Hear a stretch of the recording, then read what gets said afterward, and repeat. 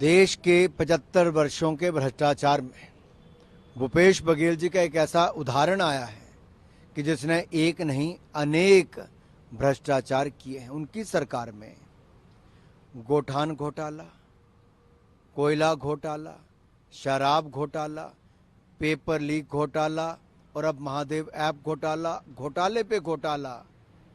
और छत्तीसगढ़ में कहते हैं घोटाला करो, भ्रष्टाचार करो और भूपे करो, भूपेश बघेल को पेमेंट करो।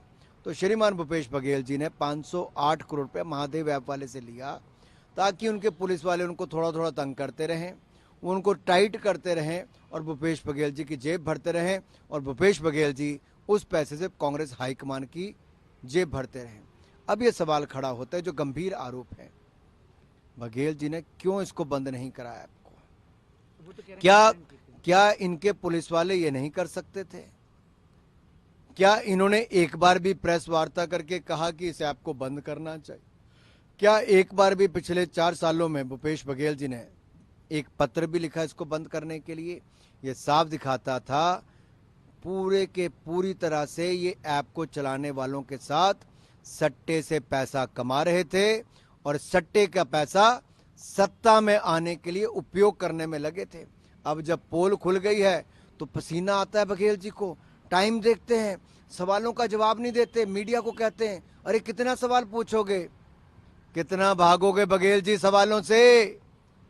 अब छत्तीसगढ़ कहता है भाग भूपेश भाग, भाग भूपेश भाग।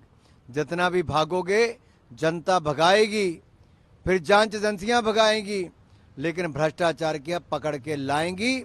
और जहां मनीष सिसोदिया, संजय सिंह, सत्येंद्र जैन है, जहां केजरीवाल जी जाने वाले, वहां पर आपको भी स्थान मिलेगा। सर, लेकिन भूपेश बघेल ये कह रहे हैं कि जीएसटी के लिए आपने उसको फोन करा था, इनलीगल वो थी ऐप थे इस तरीके के उसको, और उन्होंने 1.5 साल पहले केंद्र को लिखा था कि आप इसको इस ऐप पे। मेरा बड़ा स्पष्ट सवाल उनसे है, क्या भूपेश बघेल जी के वित्त मंत्रालय ने, गृह मंत्रालय ने, राज्य की सरकार ने कोई कार्रवाई की? क्यों संरक्षण दिया था? क्यों उन्होंने शुभम सोनी को विदेश जाने के लिए कहा था? क्यों असीम दास के माध्यम से जो कहा गया पैसे कैसे करवाने, क्यों इनके पुलिस के अधिकारी पैसा इकट्ठा करा के भूपेश बघेल जी को पेमेंट करते थे? क्या ये पैसा केवल भूपेश बघेल तक आया कि कांग्रेस हाई कमान के किस किस व्यक्ति को गया? इस बात का जवाब देश चाहता है।